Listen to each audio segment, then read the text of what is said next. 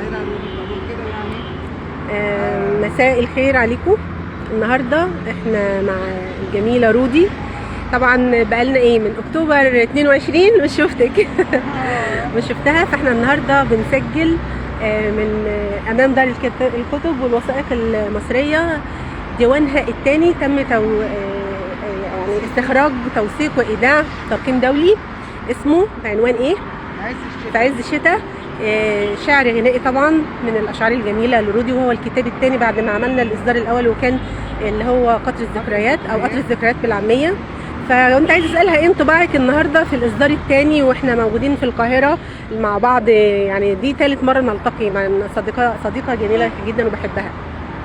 طبعا الحمد لله الحمد لله الحمد لله. النهارده كان ربنا مسهلها معانا وانجزنا وعملنا انجاز.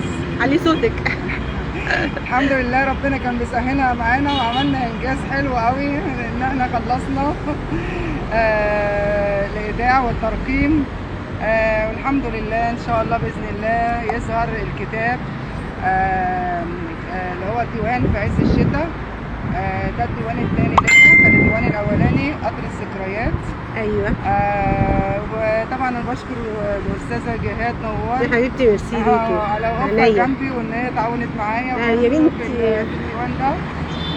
والمقالات اللي هي كتبتها والتنسيق والتدقيق والحاجات الحلوه يا بنتي. ده حاجه بسيطه. هو ان شاء الله الديوان بجد هيبقى جميل جدا المره دي. التنسيق بتاعه جميل يعني جدا. خالد عامله بطريقه حلوه. عايزه اقول ان الديوان المره دي اكبر عدد القصائد الشعريه فيه اكتر من الديوان اللي فات، او موضوعات مختلفه جدا. في ميزه بقى في الديوان ده عايزه اقولها.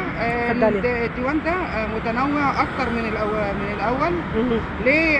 يعني في مجموعه اغاني للاطفال، للام او الوطني واغاني وطنيه واغاني عاطفيه. وفكره الغلاف بقى جميله كمان. الغلاف شعبي كمان موجود. ايوه. فشامل الديوان مجموعه من القصائد الغنائيه يعني ايه متنوعه. زي ما انا قلت اطفال تلاقي، او عن الام تلاقي، عن الاب تلاقي. طب لو عايزين نسمع قصيده في عز الشتاء بقى من خلال هذه اللحظه الجميله لا انا هقول لك قصيده ثانيه قولي اللي في دماغي دلوقتي. اوكي هقول لك قصيده ثانيه من الديوان ده برضو. اتفضلي. بتقول ايه؟ محفوظه يا مصر. يعني وانا محفوظه يا مصر. محفوظه يا مصر. كنت هقول لك قوليها. محفوظه ومصر محروسه في قلوب ولادها وكده. تمام. بتقول ايه القصيده؟ محفوظه يا مصر المحروسه من عين كل الحاسدين، وعشانك شمس الشموسه بتوزع خير على الملايين. محفوظه بارضك وسماكي، محفوظه وربنا يرعاكي. ندعي من كل قلوبنا يكفيكي شر الحاقدين. الله. انا مهما لفيت الدنيا ايوه دي مصر عندي حاجه تانية. الله. هعيش فيها واموت فيها وعشانها تهون كل الدنيا. في مصر لوحدها في كفه بحبها من وانا في اللفه.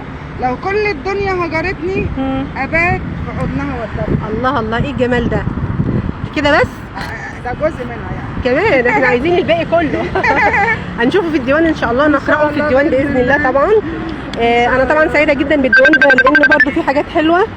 وفي ميزه جميله جدا ان هو ديوان بيعتمد على الحاله الابداعيه والتجربه الشخصيه وحاجات مطوعه بطريقه جميله جدا. عجبتني جدا المره دي وانا بكتب فيه، وانا يعني بنسق فيه في التدقيق وكده.